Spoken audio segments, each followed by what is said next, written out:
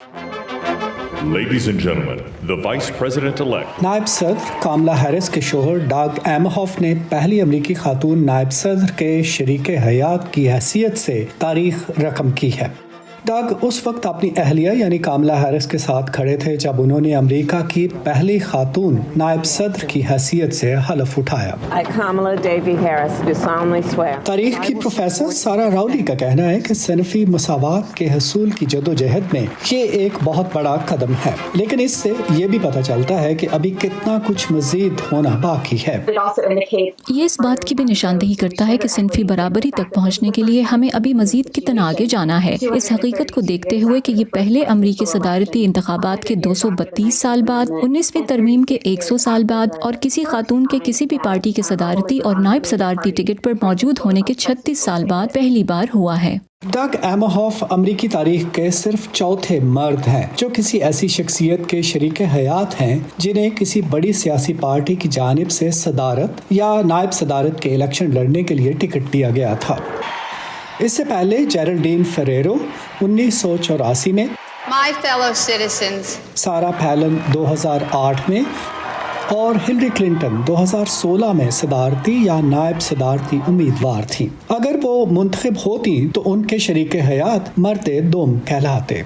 हलफ बर्दारी की तकरीब से कबल वॉइस ऑफ अमेरिका से बात करते हुए यूनिवर्सिटी ऑफ न्यू हेवन के मैथ्यू श्मिट ने कहा कि डग एमहॉफ ने कई लिहाज से दकियानूसी तसव्वुरात की नफी की है।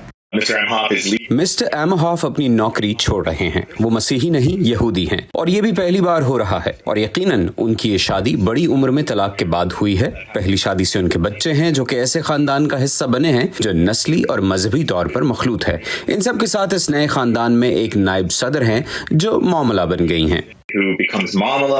कामला हैरिस का कहना है कि उनके सौतेले बच्चे उन्हें मुमाला कहते हैं जो कि मॉम और कामला का मजमुआ है। Vice President will be great, but Mamala will always be the one that means the most. जिस रात जो बाइडन को सदारती इंतखाबात में फातेह करार देने का ऐलान हुआ, उसी दिन कामला हैरिस ने अपनी और डग एमहॉफ की एक तस्वीर ट्वीट करते हुए एक मुस्कुराने वाली इमोजी के साथ लिखा, meet the love of my life. Doug Emhoff का झुकाव अपने खानदानी किरदार की तरफ है। इंतखाबी मुहिम के दौरान उनकी मौजूदगी यकीनन कामला हैरिस के लिए उनकी मोहब्बत को वाज़े करती है कि वो अपनी मोहब्बत की कहानी पर बहुत ज़्यादा तवज्जो देते हैं और वो एक शौहर के तौर पर और बाप की हैसियत से अपने किरदार पर मरकूज हैं। कामला हैरिस और डग एमहॉफ की मुलाकात 2013 में हुई थी और 1 साल बाद ही उनकी शादी हो गई। ये कामला हैरिस की पहली शादी थी और डग की दूसरी। डग एमहॉफ के बच्चों की उम्रें 20 और 30 साल के बीच हैं।